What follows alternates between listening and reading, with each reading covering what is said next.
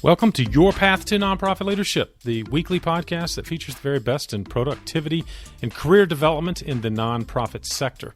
I'm your host, Patton McDowell, and happy to bring you ideas and resources to build your professional development plan. Thanks for listening and for your great feedback. Glad to bring you these weekly conversations with nonprofit leaders who are literally on the cutting edge of our sector. If you're new to the podcast, welcome.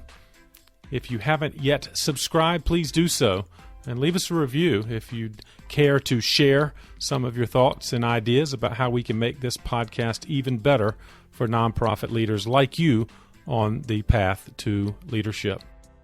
Speaking of nonprofit leaders, I had a fantastic conversation this week with Elizabeth Hausler, who has had a fascinating journey to establish and grow an international organization called Build Change. Now, Build Change is working around the world, particularly in developing nations, to help them improve construction practices so they can better resist earthquakes, typhoons, and other natural occurrences which often result in tragedy that can be avoided, particularly if housing and other facilities are built like Build Change is helping people do. Now, while the organization itself is fascinating, equally impressive is its founder and CEO, and Elizabeth provides lots of great insight and the lessons she's learned along this journey of founding a nonprofit and then building it into an international success. And she was very candid about the decision she made and the options she considered when she jumped into this nonprofit arena, and this, I think, will be very valuable for those of you pondering a similar move.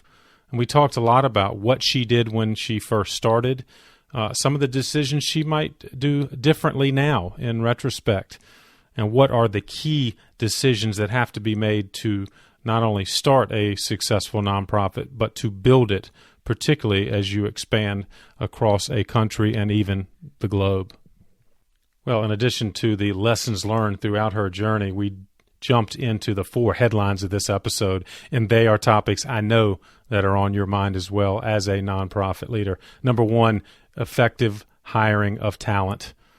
We talked about effective strategic planning, and then we got into building an effective board of directors, and finally, balancing your role as a CEO and the different hats you have to wear and how you can do that effectively. Lots to unpack here, so don't forget to check out the show notes. This is episode number 84. Just go to the podcast or the news page at pattonmcdowell.com, and you'll find all of the resources, links, and books, as well as more information on Elizabeth and the great work she's doing at Build Change. Speaking of resources, while you're on our website, make sure you connect with us. Get on our email list and so you can get our free weekly resources, including podcast episodes like this one, and let us know if we can help your nonprofit with strategic planning, board engagement, or fundraising, or maybe we can help you on your journey through our coaching, training, or mastermind programs. Well, without further ado, please enjoy this conversation with Elizabeth Hausler. Elizabeth, thank you for joining me on the path. Yeah, it's my pleasure to be here. Thanks for the invitation. I'm excited for this conversation. You have an incredibly accomplished career, even before your nonprofit leadership, and we'll talk about that because it's remarkable, frankly, what you've done at Build Change as a global organization. You're a passionate advocate for safe housing. So the first question, as you might imagine, how did you get into nonprofit leadership, particularly given all the opportunities, frankly, you had when you first started out? Yeah, that's a great question. It was definitely a curvy path for me. It wasn't a direct line. I went from being a bricklayer to being in management and information consulting and engineering consulting, then back to grad school, then on a Fulbright Fellowship, and then all of a sudden I was a CEO. So it's not Wow. Exactly a direct path. Well, you mentioned, and I think some of that, the bricklaying perhaps came in the family, right? Wasn't that kind of an early inspiration through your family connections? Yeah, that's right. My dad owned a small business in masonry construction for 50 years. He's retired now. And neither him or my mom had the opportunity to go to college. And so they encouraged my sister and I to become engineers, which we both did. But in the summers, we laid bricks. We worked for my dad as bricklayers, and it was great. I love building things, and it was a lot of fun to work on a construction site. Well, it's fantastic. And I'm guessing you would say that those varied experiences early on have helped you, right, in your current nonprofit leadership. Is that fair to say? Yeah, I would say so, because I learned a lot from my dad, even starting out. I mean, everything from the skill of bricklaying, this construction skill, which has been very useful in Build Change's early days when I was out on the job site training builders on a daily basis, and to have that insight about how construction actually really works was very helpful. I also learned a lot about client service from my dad, about how to really listen to the client and understand what their needs are and meet those needs. And yeah, I also learned a bit about running a business, working quickly, doing quality works that maximizes profit. So yeah, a lot of lessons there, even though you might think bricklaying is just bricklaying itself actually is quite an art. So it was a wonderful experience that I had growing up. I'm glad you lift that up, because that's exactly what I thought. Those things do apply to nonprofit leadership. Perhaps if a listener didn't make the immediate connection, I'm glad you did. Yeah. And you did it very well. And I'm excited to talk about it because it's a fascinating organization. And it's, of course, you are passionate about the advocacy related to it. And we'll talk about all that. But Elizabeth, could I ask you first, a lot of the nonprofit leaders, and I'm sure you talk to peers as well, you're navigating now in this kind of strange virtual environment. Have you found any things, I guess, in the spirit of productivity that have helped you continue to manage despite, the challenges of no travel and things like that? Yeah, well, I mean, we're using a lot of the tools that everyone else is using, Zoom and Google Docs and these sorts of information sharing and collaboration tools, which we were doing very much before the pandemic because we have people all over the world. So I think we've used them even more productively. We've also, you forgive technical glitches, I think, more often now than before. Right. And so, yeah, I'm not sure I've got anything new or insightful there to say. We're just doing more and better with what we have. I think personally, I am a big believer in sort of making lists and prioritizing and that sort of thing. And I also noticed even more recently, I'm not always using a device. I regularly write things down on paper. I will spread out a presentation on my floor, something like that. And so I'm toggling between trying to make the best of technology, but also doing some things that are a bit old fashioned, writing things down on paper and looking at how a presentation looks, visually versus on a computer. I think that's fantastic. And I've heard more, and I'm trying myself, this kind of combination of the digital and the analog. And it sounds like you have had to adapt. And I think there's just something about it, in the brain science and so forth that makes it an effective way to approach things. So thank you for sharing that. And I know we're going to get into more because of the logistics of your leadership across, again, a global organization. But let's start, before I forget to ask you, what exactly is Build Change? Yeah, Build Change is an award-winning nonprofit social enterprise that saves lives in earthquakes, windstorms, other disasters by working with homeowners and governments and other partners to design and build and finance safe housing. So we work on resilient housing. That's the shorter way of saying it. Yeah, good. And I knew you would articulate very well, in essence, the case for support for Build Change, as you did in a succinct but effective manner. But let's go back to when you started it. You could have stayed in any number of corporate positions, certainly from Berkeley. The academic opportunities were there for you. So why'd you get into nonprofit work? I could have, and I reflect back so fondly on both my academic and my corporate experience. I learned a lot. I had a lot of positive experiences there, and so it wasn't that I was disgruntled or anything with either of those industries. It was just that I felt what I was doing wasn't directly impacting someone's life. It wasn't making someone's life better. It was maybe making a building better or increasing a profit or something like that, but it wasn't having a direct impact on someone's life. And when I was in grad school at Berkeley, there was an earthquake in India. We're coming up on the 20-year anniversary of that earthquake, right? Which will be on January 26th this month. That earthquake in Gujarat near Bhuj in India killed about 20,000 people. Most people died because their unreinforced masonry house collapsed on them. And I thought, well, here's something that I might be able to help with, because I had that experience working for my dad as a bricklayer, and I'd been studying engineering and more efficient ways of building safe buildings. I remember you told me in a previous conversation that really, in many ways, was the catalyst moment, wasn't it? That you knew you had the skill and kind of the experience that could pay off. But so how did that translate then, Elizabeth, into, all right, I think I need to start a nonprofit? Or what were your early thinkings around creating an organization, or how did that go? Yeah, I went on a Fulbright Fellowship. So from finishing my PhD at UC Berkeley, I took a Fulbright Fellowship to India and spent a year, a little bit longer, in the field, understanding what was happening in that earthquake reconstruction. So I basically went on a learning journey. Are people rebuilding safely?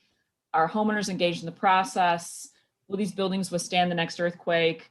Are local builders being used and trained and making money, that sort of thing? So I went out in the field and I asked all these questions. And honestly, I didn't know I was going to start a nonprofit. I didn't go on the Fulbright thinking, oh, I'm going to start a nonprofit. Sure. I went more to understand what was happening, what I could do.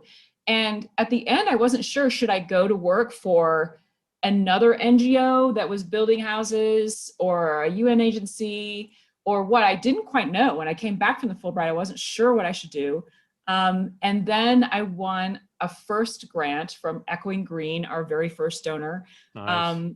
And that was kind of another catalyst, because here's someone who was just investing in the idea. They were investing in me as a leader and the idea itself. And that gave me the confidence and the, boost of initial funding to, take the decision to start a nonprofit. That's fantastic. And I was going to ask you, I guess, did you see a distinct gap in services, even in the NGO world, that you knew that somebody needed to step forward, or were at that point, you're not sure maybe if you would collaborate with someone else? I did see a distinct gap, but I also saw a huge opportunity for collaboration. So yeah, I guess the answer is both. So, right. In a very short summary, there are two approaches being used in Gujarat. One was a homeowner-driven approach, where the government was giving homeowners a cash grant in installments with the requirement that they follow the building standards, and they could make their own decision. They could choose the layout. They could choose where's the kitchen, where's the toilet. They could add in their own money to make a bigger house to accommodate their livestock or their livelihood. And that approach was very well received. The homeowners were happy. The houses were safe. It's called the homeowner-driven approach. It was very well done. Contrast that to some of the approaches that the NGOs were doing, where they were just making all the decisions for the homeowners, giving everyone the same house. There were issues with, the toilet was inside when the homeowners wanted the toilet outside. There were issues with architecture, and the homeowners just weren't happy, right? So some of the way some of the NGOs were delivering housing was just top down and not participatory, not engaging the homeowners. And so there was an opportunity to lift up this model that really was exemplary and working very well, and to partner with NGOs and other organizations to expand their thinking about alternative ways of, or what are now mainstream ways of delivering disaster resilient housing after earthquakes and hurricanes. I love how you articulate kind of the top down, but bottom up, really, right? And that it seems to me has inspired you personally, and is kind of a, one of those culture elements of your organization. Now, let me ask you this. India was clearly an inspiration given the tragedy that you saw 20 years ago, but what was then India your initial kind of scope for your organization, and when did it start to expand as you saw, I guess, issues like this around the world? That's a great question to ask again at this moment, with this being the 20th anniversary of that earthquake, as well as we just have received a grant to work in India 16 years later. It was originally, yes, India was the plan. So I came back from the Fulbright in 2003, 2004, and I was making plans to work in India. And then the tsunami happened. The Indian Ocean tsunami happened at the end of 2004. And we diverted our attention away from India and went to work in Indonesia. And then it kind of has gone on from there. And so now 16 years later, we're now actually going to work in India. So, that is ironic, isn't it? Yeah. But so early on, it just, you again adapted to the issues of the time. The tsunami gave you a Yep. focus, and then and then have you, in your growth kind of strategy, identified areas around the world which were particularly acute in terms of their housing problems, and that is how you've grown? Yes, it's been a mix of being strategic and deliberate and being opportunistic. So Right. many of the programs that Build Change has implemented have been driven by disasters, which of course we can't predict. I mean, we can get some idea about where disasters are likely to happen, but we started in Indonesia after the tsunami. We worked in China after the 2008 earthquake. Then we worked in Haiti after the 2010 earthquake. We started in Philippines after the Bohol earthquake and the typhoon of 2013, Typhoon Haiyan. And then Nepal after the 2015 earthquake. So this trajectory has been very significantly influenced by these disasters. However, all of these countries were on our radar because they have high likelihood of earthquakes or typhoons. They also have vulnerable housing. So it's not a surprise in some ways that we've worked in all of these countries, but when and why has been, dictated by forces of nature in some ways. Absolutely. But we've made some deliberate decisions on our prevention program. A lot of what I've been talking about is post-disaster. For 6 or so years now, we've also been working on prevention, working with homeowners and governments to strengthen housing before the next disaster. And we've made deliberate decisions to move into Colombia and Guatemala, one country in the Andean region prone to earthquakes, one country in Central America prone to earthquakes and windstorms.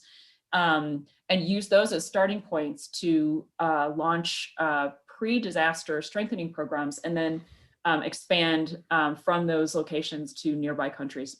That's fantastic. And I was going to say, I'm impressed with the agility you've shown to react to disasters, but it sounds like you're being even more kind of forward thinking, right? And identifying areas that might need you down the road. Absolutely. Yeah, and we're going to continue to do both, to respond to the big disasters when they happen, but as much as we can, work with folks to strengthen buildings before, because then we will avoid the earthquake or hurricane turning into a disaster, which is ultimately what we want. Yeah. Which is, and I know we'll talk about it, but that's kind of seems to me the spirit of your advocacy mode, is that's what you're trying to do. You don't want to have disasters causing the impact like it did in India 20 years ago. But let me go back to your personal kind of leadership journey, if I could, Elizabeth. You've been very open about, the financial risks, I think might be the way to frame it, that when you went into nonprofit leadership, obviously you did not have a path maybe for personal kind of financial security, but how did you wrestle with that when you made the move? Yeah, I feel kind of awkward answering that question at this moment, because I feel that with the pandemic, so many other people are in a much more compromised financial position than I am, and I've got nothing to complain about. So I feel a little bit awkward. I feel awkward answering that question, but I think I had an opportunity, again, 20 years ago, I was single. I had no obligations. I was used to living as a poor grad student. I had a supportive family and a supportive relationship, and I had the opportunity to do it, and I did it. And looking back, I wouldn't change a thing. It was a risky decision. It could still go in a different direction, but I feel very grateful that I had the right environment to take that leap and to take that risk. Well, and that in essence is, I think, the good advice I knew you would answer to someone considering, you have to factor in those issues of family support and things like that. But obviously this organization and all that you serve is grateful that you decided, I'm going to make the leap. I'm guessing you knew that you had the kind of skills to consider other things if it didn't work out. And did that kind of impact your maybe early stage thinking? I did feel that way. I did feel like I did have options if things didn't work out. So I also had that, I'm very, very grateful to have that as an asset. Well, thank you for getting into that, because and I'm sure you've had that conversation too. People think about the nonprofit sector, which fortunately, and by the way, I think is increasingly more competitive in its compensation, and so that organizations like yours are making it worthwhile, not just because of the mission, but because you're making it a career trajectory for someone. But you've also had to juggle another challenge, and I'm betting your dad was a very positive influence here. But frankly, a woman in a male-dominated sector around engineering and construction. How have you kind of juggled that, right? Or has that been an issue for you as you've continued to grow, build, change? Yeah, it's always been there. I've had experiences where I've been sort of directly told, someone, well, has said to me, I know how to figure this out better because I'm a man. I've had those experiences. Um, I feel though that I've also had some really wonderful environments have been very supportive of women. My first job, well, not my first job working for my dad, but my first consulting job, and again, this is 30 years ago almost, Right. was for a progressive consulting firm, had women at all levels. I felt no gender bias there. It was just a great experience. Likewise, in grad school, just a fantastic advisor and a very positive environment. And so I've had really some wonderful experiences. However, I think I'm noticing it more lately, which maybe seems strange. Like Interesting. I feel like the glass ceiling I'm hitting it now more than I hit it before. Really? So yeah, I know it's weird. I think it's because we really haven't broken through in terms of very significant levels of funding, like some of the peer organizations, which are male led. So I've been kind of grappling with this more now than earlier in my career, which I think is a bit strange, but Yeah, anyway, and that is, yeah. disappointing, obviously. And I would Yeah. think and hope that you would see more progressive funding given the success you've had now over so many years in leading the Yeah. organization. But you clearly have fought through that. Or what do you do, I guess, to continue to position yourself in a way that glass ceiling doesn't slow you down?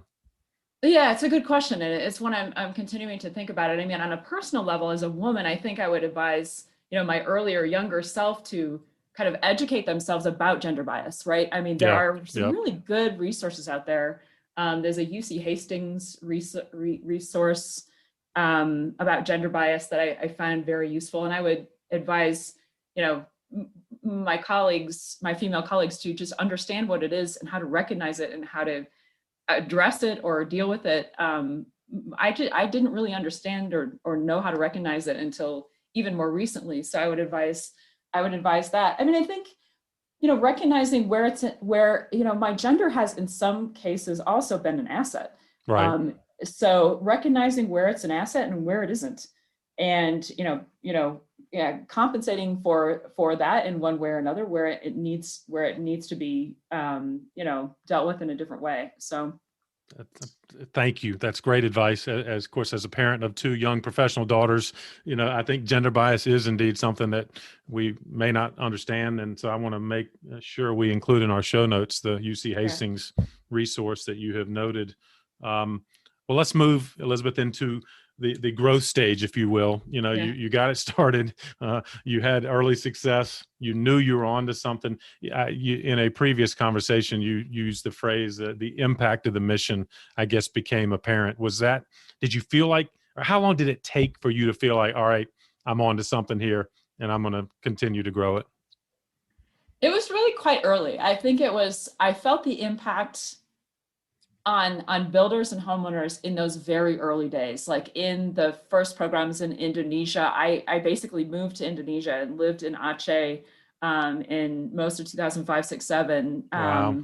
Packed up my stuff, put it in storage, and basically lived over there. And being able to do that and being able to be directly talking with homeowners, working with builders. We used to have these bricklaying competitions. They were so fun. So I could feel that tangible impact of our work in the very, very early days in that way, seeing a builder going from sloppy masonry to very good masonry, watching and working hand in hand with the homeowners and seeing their transition from, living in a very temporary shack or a very basic house to moving into a new disaster resilient house, especially the women homeowners who would say things like, okay, now I can sleep at night. It Wow. was just such a rewarding experience to see that direct impact on the ground.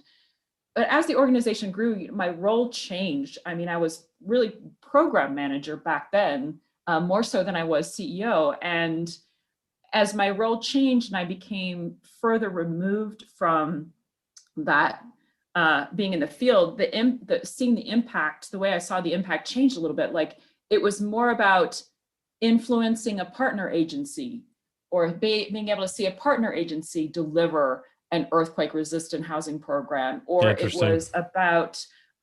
was about influencing a government partner in the development of a building standard. Or even more recently, we've been partnering with the government of Colombia, and we've directly influenced the national housing policy for the entire country. And so it's gone from that very tangible, on the ground builder and homeowner influence to influencing partner agencies, to influencing entire governments. Love that. So that's how the mission is really coming through right now. Yeah, but in other words, direct and indirect impact, Yes. aren't you? You're able to influence, which of course I know you want to do beyond what you can touch, so to speak, yourself. I guess as you wore all the hats in the early days, from program to fundraiser and everything in between, were there challenges, or how would you describe the early growth phase, particularly as you added people to your team? I wish I would have done that sooner. Really? I think I think I should have invested more in team building sooner. I mean, we had a great team. I mean, to be sure, we had great teams in Indonesia. We had some fantastic, at points we've had all Indonesian team, same thing in China, but I didn't really start building the senior management team until, even the early, 2010, 2012. And I wish I would have invested in a senior management team sooner. Not sure I could have done it because we were constrained with, financial resources, but it takes time to do that. It takes time to build a really high performing team. And I just wish I would have started on that sooner. Well, and that's such good advice. And I guess is that the lesson for a nonprofit leader? Because you were the expert. Sometimes it's easier to do it yourself. So is that kind of the temptation we fall victim to? That, all right, well, I'll just go ahead and keep doing it myself. But your suggestion is maybe you should invest some portion of your time in building, the team around you. Yeah, and in fact, yes, I agree with that. But in fact, some of the things that I was really good at were almost easier to offload or to hire someone else to do. Like one of the earlier changes was to hire and bring up directors of engineering. And so I was doing the engineering at the beginning. I understand it. I know how to do it. And that was almost easier to bring in someone to do engineering than it was to bring in someone to do something that I didn't really understand how to do and therefore didn't really appreciate it, like marketing and communications. Yeah, interesting. Like, right. Yeah, like I don't know, maybe I undervalued that. Maybe I just didn't know how to hire the right person for that. But that was harder. It's been harder it was easier to do, to build the engineering team than it was to build the marketing and communications team. That is interesting. And I was going to ask you, were there any early lessons of kind of self-evaluation, if you will, what'd you have to learn early, or were there lessons around now that you're leading a nonprofit? Because clearly you had the programmatic expertise. So I'm wondering, what were those things early on that you had to learn? Oh boy, I have so many things. Is there a whole list? I didn't mean to add that to your pile, but marketing communications or things like that. I'm struck by those kind of topics. Yeah, exactly. Like I remember some of these, again, going back to Echoing Green, our very first donor, they had these fantastic convenings and workshops for, their cohort of organizations who were in the very early stages of starting their organizations. And I remember they had these great sessions on communications and the importance of the single overriding communication objective, which I'm sure I'm not getting out in this because I'm talking about, you're asking me so many different questions and about so many different topics. But yes, being able to go through those kind of workshops, especially with peer organizations that were kind of in the same place, even doing something totally different, super valuable, very valuable in the early days. Do you still find peer support helpful on this journey? So it sounds like then it was helpful, and I'm wondering, yeah, what kind of interaction is there with other, I guess, NGOs like yours? Yeah, it strikes me every time I talk to one of my friends who was in the same cohort with me with Echoing Green, how similar our paths have been and the challenges have been, even again 16 years later and doing something totally different. So those peer organizations and that peer support network is, yeah, it's hugely valuable. Yeah, I'm glad to hear you say that, because, of course, I'm an advocate for all the Mhm. executives that I work with, that there's this value, because it can be a lonely space, I think, Oh, for not sure. not that you're not surrounded by people and lots of conversation, but having someone that you can really talk to. And speaking of, though, being spread out, Elizabeth, as you grew globally, and I think this would apply to a nonprofit just growing in a community, how did you maintain the mission focus as you were now kind of planting new organizations around the world? Yeah, that's been a challenge as well. And I wonder, I feel like we've been very good at that. We've actually maintained our mission on disaster resilient housing, where we could have done, we could have done commercial buildings, we could have expanded to do water and sanitation, we could have done sort of neighborhood infrastructure, but we've basically stuck to housing. We've expanded our terms of what is disaster resilient. In the early days, it was about earthquakes. We expanded to include hurricane resilient. Now we're looking at all types of hazards: flood, heat, you name it, anything that you can modify a house so that it can become more disaster resilient. So we have expanded that way, but we really have stayed true to the disaster resilient housing element versus doing a bunch of other things. However, I kind of wonder if we would have raised more money had we had we allowed a little mission drift. Expanded. So I don't know. Yeah. We'll never know that for sure. But I think we have stayed focused on the mission, and I'm appreciative of my colleagues who have helped me to do that. I think, but we are spread too thin. I mean, this is a Really? constant challenge. Yeah. I'm sure I would be surprised if many of your other colleagues in nonprofit leadership have not acknowledged this, because it's a constant challenge with a nonprofit, that we're always spread too thin, because we always want to do more, right? I mean, because if we look at housing, our friends at the World Bank say that 3 billion people will be living in substandard housing by 2030 if we don't do something faster. And that's a huge number. And so there's so much more that can be done. So it feels like we're always spreading ourselves too thin. And that drives you, though, too, doesn't it? Because that clearly on the horizon is more challenged. But as a nonprofit leader, I guess my question for you would be, all right, Elizabeth, that's great that you maintain that focus. How'd you do it? Do you think the clear communication you have internally, do you literally have the kind of the manual, so to speak, that articulates this vision so that your new person in the Philippines or Thailand or South America understands exactly what you're talking about? That's a great question also, because about the manual, I thought in the early days that I could just kind of hand someone a document or a manual or here's what we did before, and then they would pick it up and go with it. Right. That is not really. It doesn't work. It doesn't work exactly. It works for some people, and again, that's kind of part of, again, being a good leader is being able to adjust your communication style, how you communicate, what you communicate to people who are in your stakeholder group, whether that's a direct report or your board of directors or your clients or whatever. And that's one thing I've learned is, like, you do have to adjust how you communicate to various different stakeholders. Nice. And some people, you can hand some people a document and they will read it. Others, they won't. And they benefit more from a conversation. Whereas some folks, if you give too much information in a conversation, they also don't pick it all up. And so that has been kind of a challenge, because that takes time and it takes multiple conversations and it takes a lot of effort. And I think I've undervalued or underestimated the need to have those conversations and multiple conversations and multiple documents, and be really conscious about how my team is digesting information and how that is manifesting itself in the programs, and then how that is either deviating us from the mission or not. So but I'd say I have not mastered this. I mean, I'd say this is another thing that's kind of a work in progress. Sure, sure. How best to build the team and stay focused on the mission and be conscious of how people are digesting information or not. Such a good point. But again, I'm impressed that you're aware enough that it's not going to be a single channel, is it? That, one size fits all for this communication, the critical communication internally. Yeah.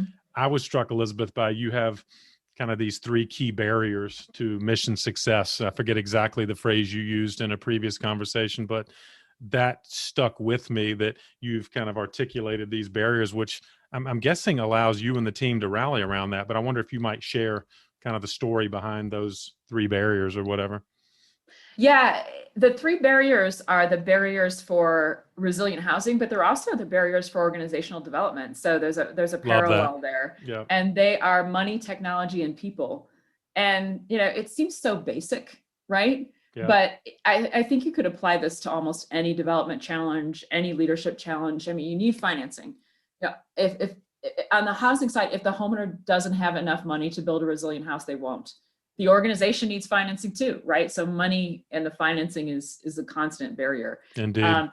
Technology, the way we look at this is we need engineering technology, we need construction technology, we need information technology. These have to be efficient, they have to be scalable in order for us to achieve our goal of thousands and thousands of resilient houses. So, this is, again, it's engineering design, it's also efficient delivery, it's managing information, those sorts of things. The organization needs technology too, as we all know. Right. We're all using technology constantly. So technology is the second.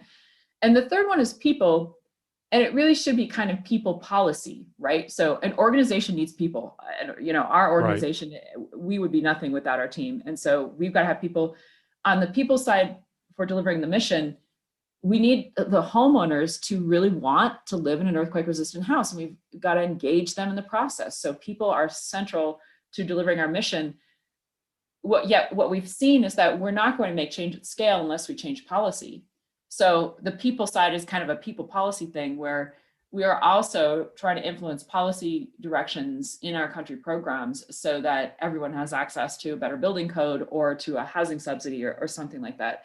So money, technology, people, I think it's true for housing, overcoming the housing deficit, as well as for organizational development. I love that. And I'm thinking that this is something every nonprofit leader should think about.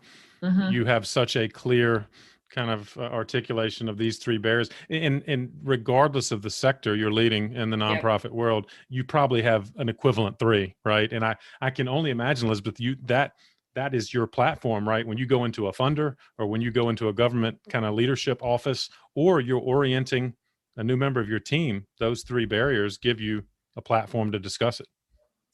They do. Yet at the same time, it sometimes overwhelms people. Really? Because, so we'll talk about money. And so we have a program in the Philippines where we're facilitating access to microfinance lending for home improvement. Okay, that's great.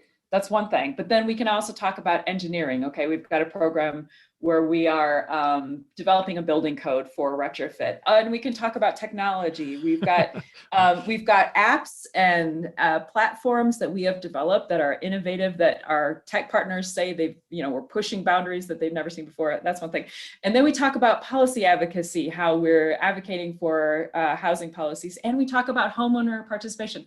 And by the time I get to the end of that, people are generally very overwhelmed. Yeah. And I think donors are used to seeing organizations focused on just one of those things, just one. So do you adapt? I mean, is that you kind of make a real-time decision? All right, this is a conversation I need to focus on people and policy or whatever.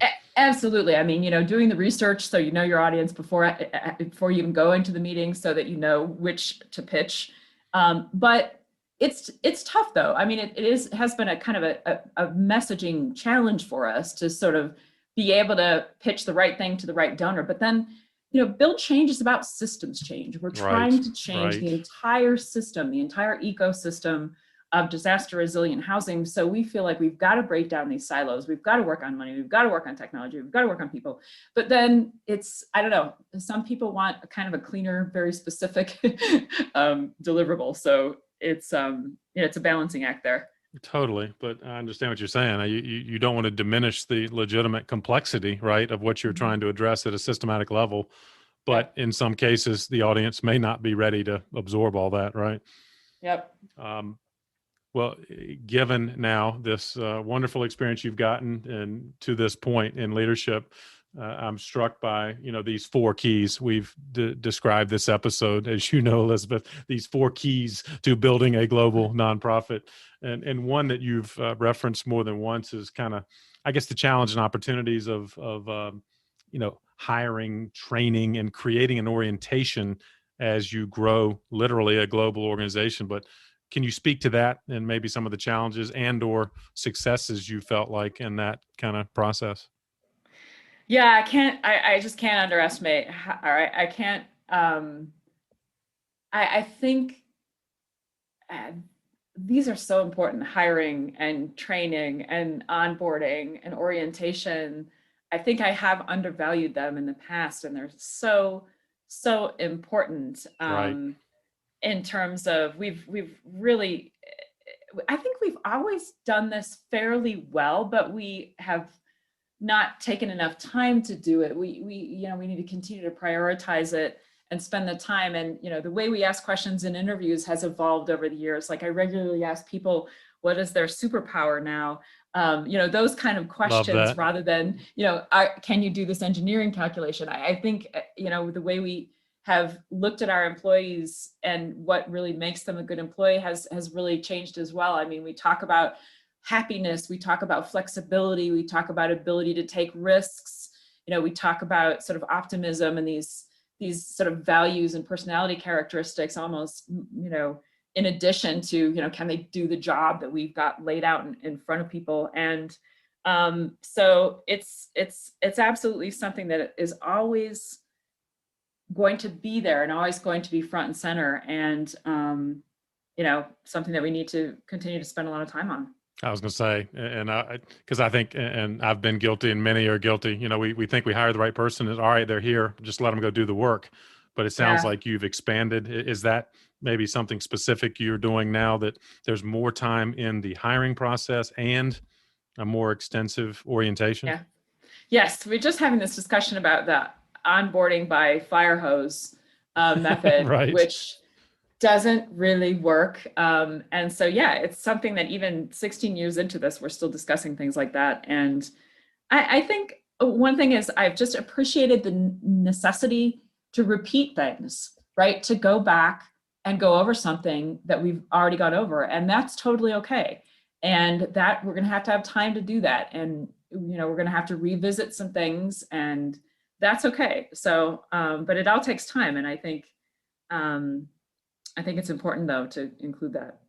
Especially, and because you're right, the fire hose is the perfect analogy, that we get Mhm. them there and then it's just too much to absorb. And so now, Mhm. are you more intentional, like, all right, over the first 6 months of their Yep. tenure, or what is the rough timeline for someone's orientation now?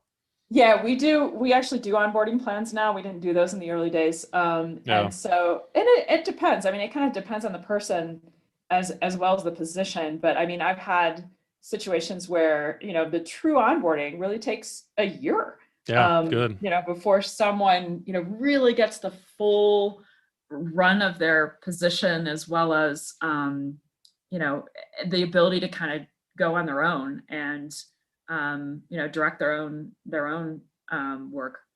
Yeah. Love that. And again, I think that's just something for our listeners to reflect upon, that if your orientation is a 3-ring binder that happens, the day they arrive, then that's Hmm. not likely to be one that's going to be successful. And so you've expanded it in a way that is going to be better. Uh, Hmm. Question number 2, Elizabeth, in this round is strategic planning. You've shown as an organization your great agility to respond to kind of tragedy around the world. You're being now proactive obviously that must involve a process of looking where the need might occur, but talk about strategic planning, I guess, how you're doing that now and how you're approaching it going forward.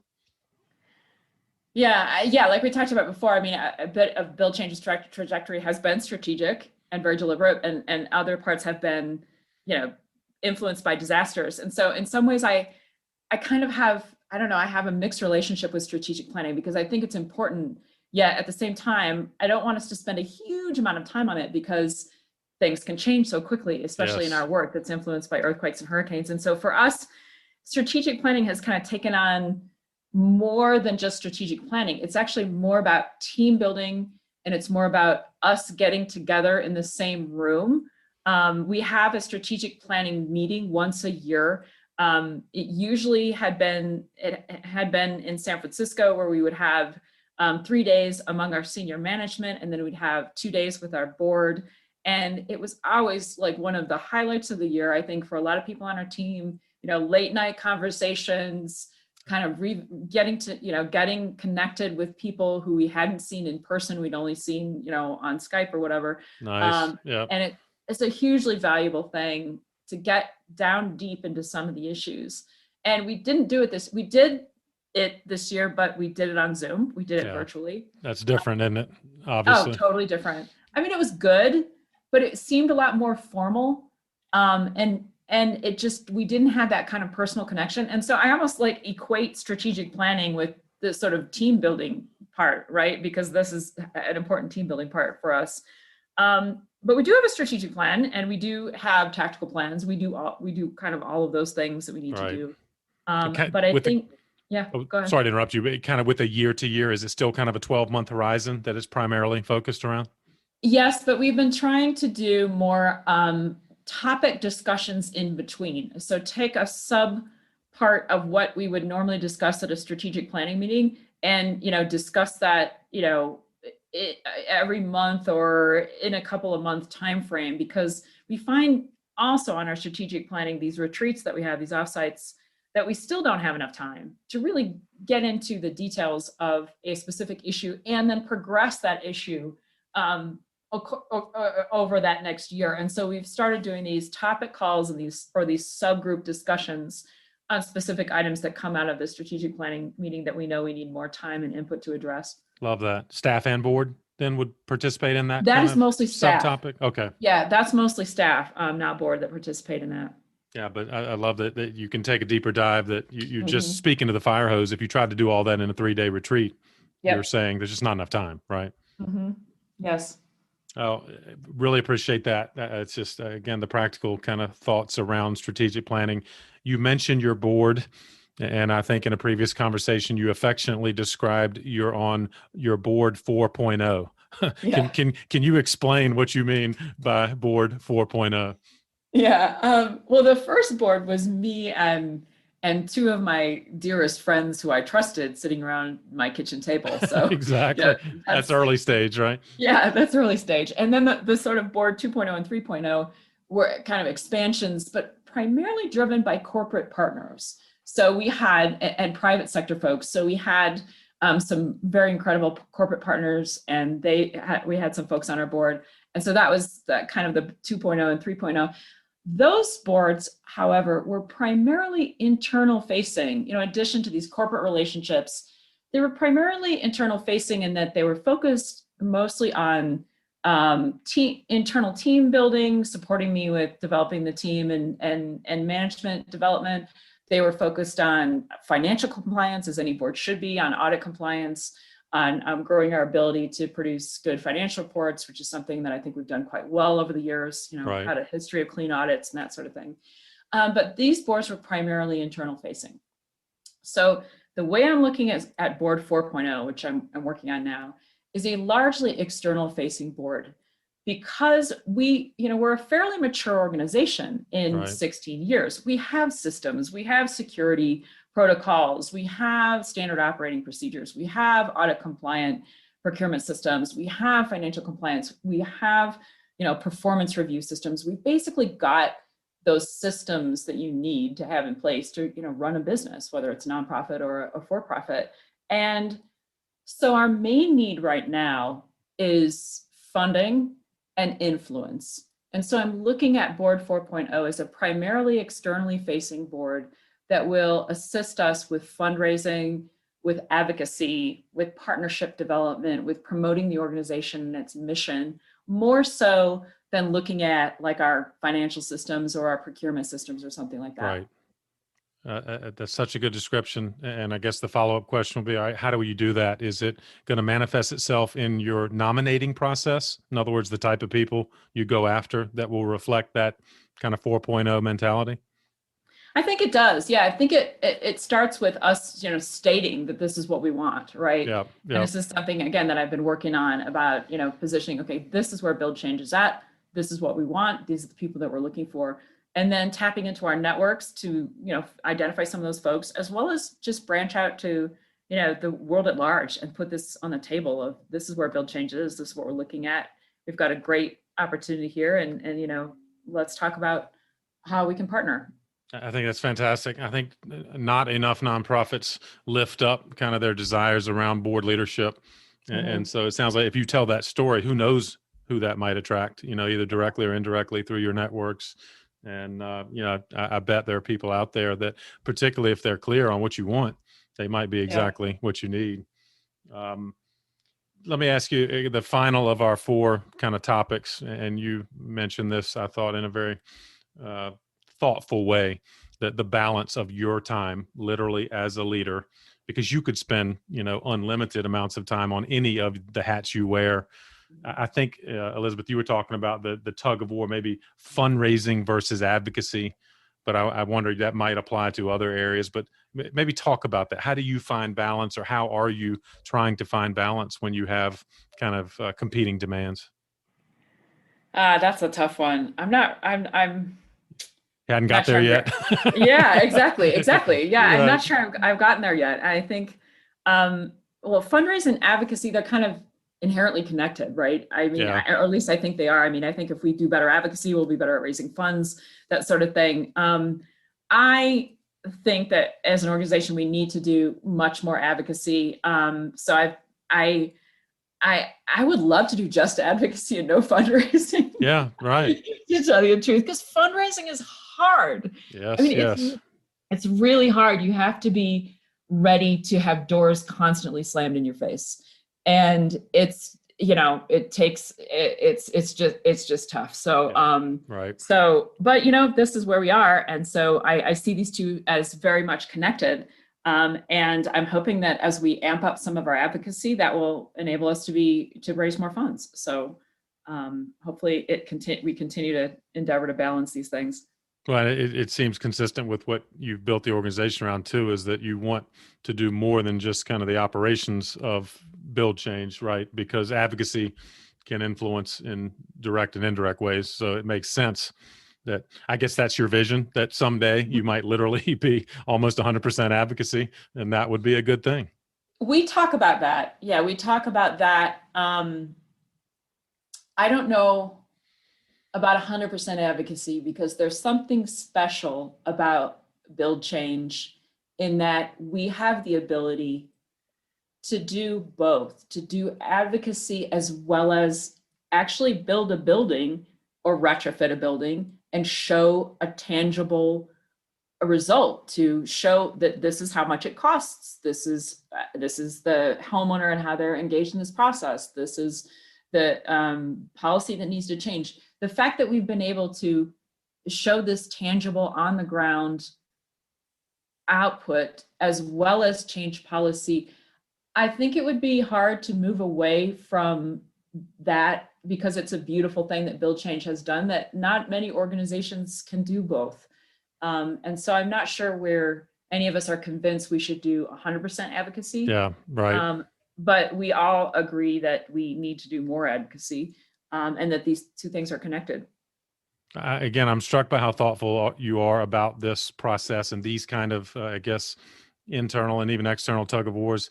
Do you have kind of a personal self-assessment methodology? Do you sit down almost by yourself year after year, or is this kind of an ongoing mental gymnastics that you kind of think about your role and how it's going to evolve? I would say it's a mix. I'd say I do think about it a lot. I do kind of set some annual goals, although it's January. What day is it? And I haven't actually done it yet. Are you behind this year on that process? Maybe I am. I am. I mean, I have them kind of sort of scribbled down somewhere, but I haven't actually put them in a document to send to my team, which I had been doing every year. So yeah, I do that. I do think about what my goals are and what the organization goals should be for the year. So yeah, that's a part of my process. And I think, I've been doing this job for 16 years. That's a long time Indeed. to have one position. And I think what has kept me interested and engaged is how my role has evolved and how I've gotten to do so many different things with the organization, and how I've gone from the engineer and the construction supervisor and the finance person to now the policy advocate and the communications and that sort of thing. And we've had so many interesting problems to solve. I mean, now we're looking, the problems are more about the access to financing. How do we work with microfinance partners to scale a product with them? That's a totally new thing. Wow. Yes. And for me, as with training as an engineer, to try to understand how this industry works is exciting. So it's almost like, even though I've had the same job for 16 years, I've had so many different jobs. A lot of different ones. Yeah. And so it's kept me very interested and engaged. And I think if we ever get to the point where, my job is still the same job, then that would probably be the time to exit. But right now, the succession plan comes into play then, doesn't it?